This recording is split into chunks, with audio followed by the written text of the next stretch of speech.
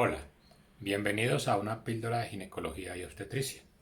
El profesor Julius ha preparado la interpretación básica del monitoreo fetal electrónico basada en las recomendaciones del NICHD en 2008, retomadas en el Boletín Práctico de ACOG 106 de 2009. Este video está dedicado a nuestra gran amiga y querida colega Aida Margarita Biafara Cabezas.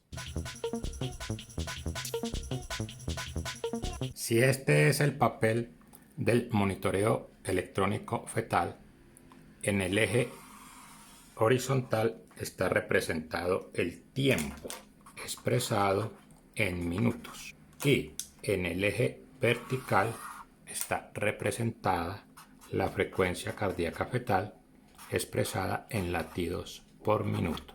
Como el papel habitualmente corre a 1 centímetro por minuto, significa que cada división en el eje horizontal, dada por estas líneas verticales, representa 1 minuto, y el papel habitualmente tiene dividido esos segmentos de 1 centímetro, es decir, 1 minuto, en 2, lo cual quiere decir que cada una de estas divisiones del eje horizontal, dadas por estas líneas verticales, corresponde a 30 segundos.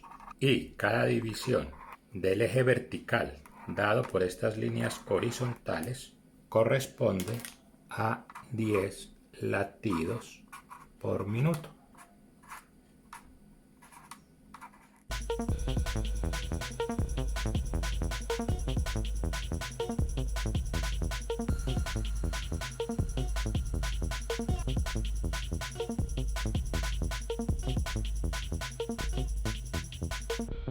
Aquí está diagramado un espacio de 10 minutos sobre el eje horizontal para explicar la frecuencia cardíaca fetal basal. La frecuencia cardíaca fetal basal es el promedio de la frecuencia cardíaca del feto registrada en el monitoreo, redondeada a múltiplos de 5 en un espacio de 10 minutos, excluyendo episodios de aceleración, de desaceleración y de variabilidad marcada, y que se pueda observar por lo menos en espacios de 2 minutos. Si no cumple estos criterios, se define como una frecuencia cardíaca fetal basal indeterminada. La frecuencia cardíaca fetal basal se considera normal entre 110 y 160 latidos por minuto. Una fuente común de confusión está en el hecho que algunos papeles de monitoría fetal tienen una franja azul o verde entre 120 y 160, induciendo al observador a interpretar que lo que está por debajo de esa franja es anormal. Pero recordemos que se considera normal desde 110. Valores por debajo de 110 se denominan bradicardia y valores por encima de 160 se llaman taquicardia.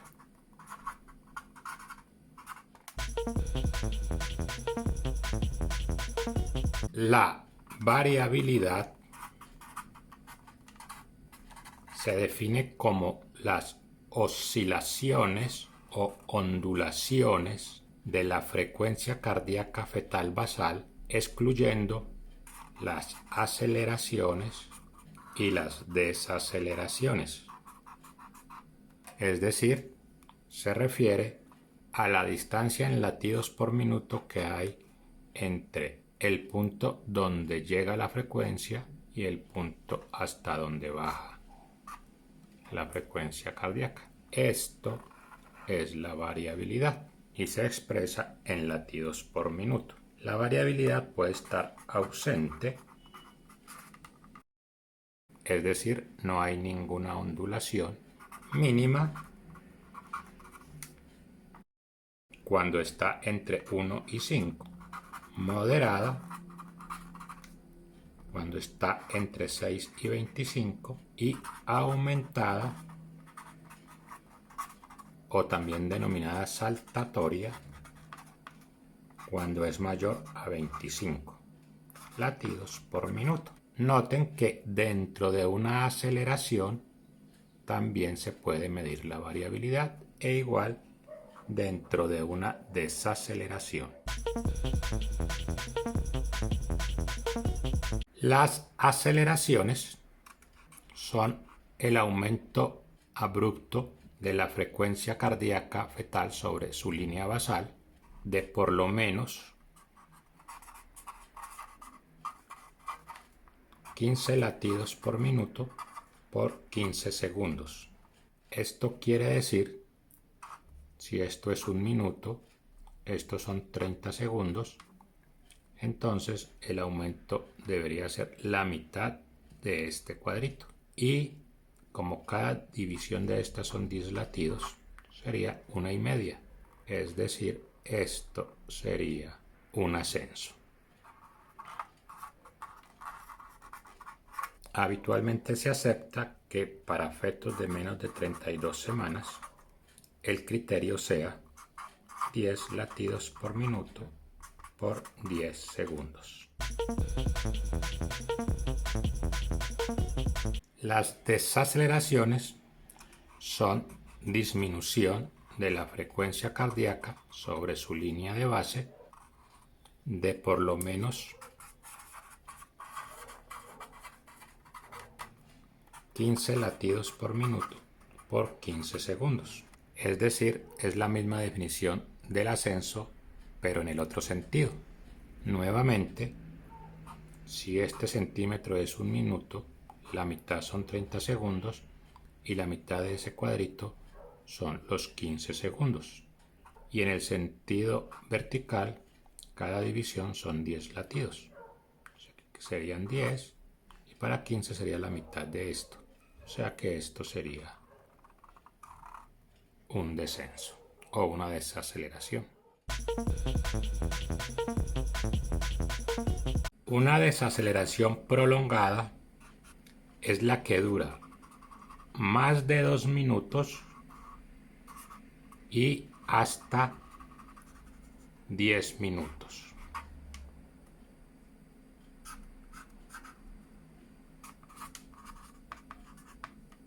Después de 10 minutos se considera un cambio de la basal, es decir, una bradicardia fetal.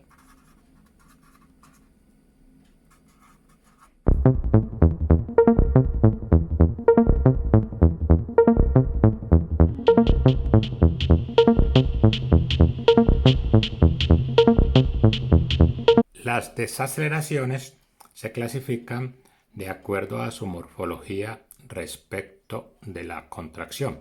Las tipo 1 o tempranas se caracterizan porque su inicio coincide con el inicio de la contracción. Su nadir, que es la parte más baja hasta donde llega la frecuencia cardíaca fetal durante la desaceleración, coincide con el acme, que es la parte de mayor intensidad de la contracción, y su final coincide con el final de la contracción.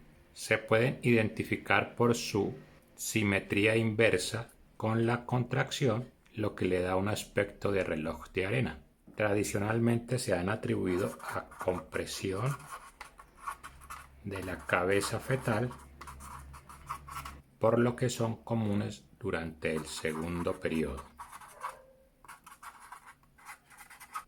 o expulsivo.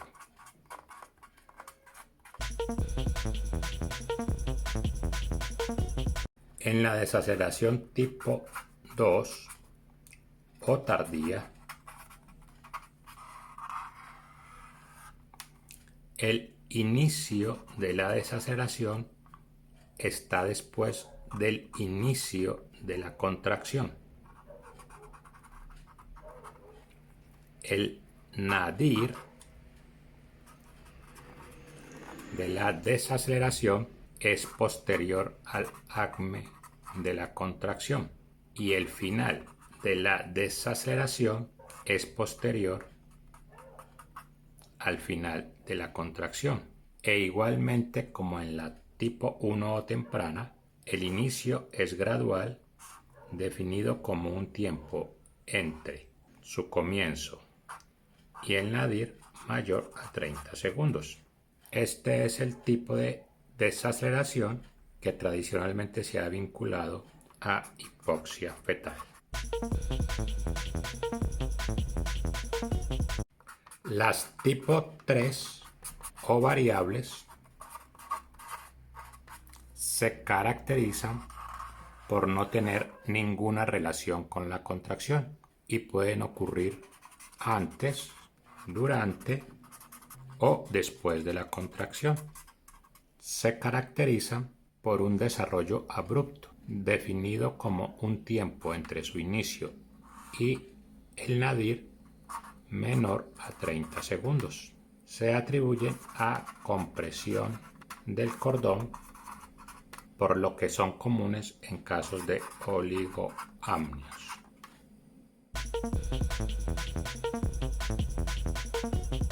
El patrón sinusoidal se caracteriza por ondas sinusoidales suaves, con un ciclo de 3 a 5 por minuto. Generalmente una amplitud de 5 a 15 latidos por minuto y que dura más de 20 minutos. Estas características ayudan a diferenciarlo del patrón pseudo-sinusoidal.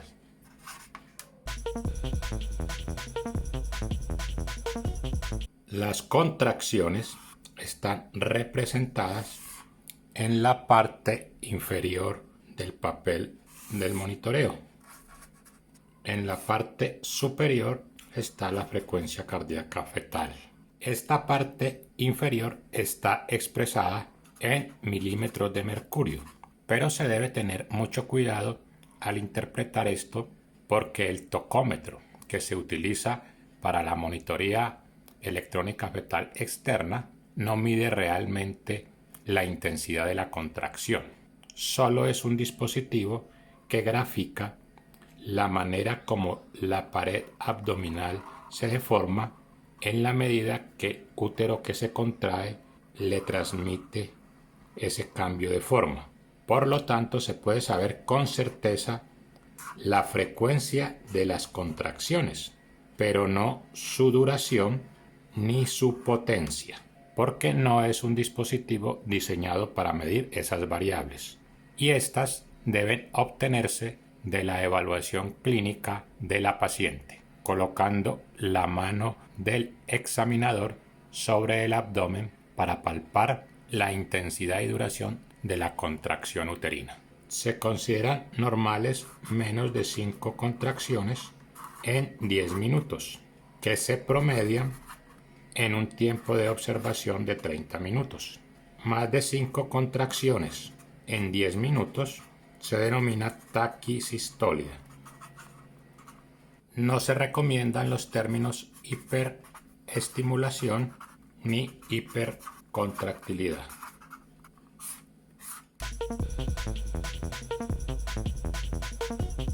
El monitoreo fetal se clasifica en 3 categorías: categoría 1, normal; categoría 2, indeterminado; y categoría 3, anormal o patológico. La categoría 1 se caracteriza por Una frecuencia cardíaca fetal basal entre 110 y 160. Variabilidad moderada. Note que exige variabilidad moderada, es decir, excluye la disminuida y la aumentada. Los ascensos pueden estar o no presentes.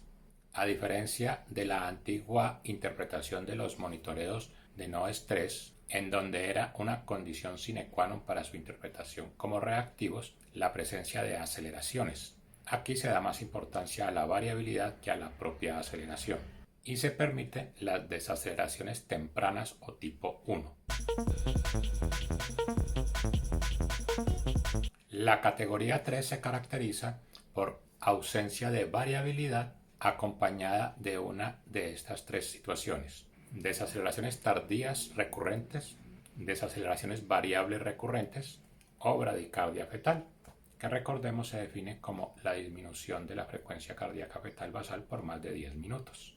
Desaceleraciones recurrentes significa que están presentes en más del 50% de las contracciones. Y la otra característica que define la categoría 3 es el patrón sinusoidal. Los demás trazados que no cumplen los criterios de categoría 1 o categoría 3 se clasifican como categoría 2. Como ven, se trata de una gran miscelánea de alternativas. En la categoría 1 no hay una acción específica a desarrollar y se continúa la vigilancia del trabajo de parto. En la categoría 2 hay un alto grado de incertidumbre. Se debe investigar las posibles causas de los trazados anormales y corregirlas. De no encontrarlas, seguir con una vigilancia muy estrecha y mejorar las condiciones generales de la madre que permitan una mejor oxigenación del feto. En la categoría 3 se exige una intervención inmediata que corrija la posible causa detectada o, en su defecto, el parto inminente. Hasta aquí la píldora de hoy.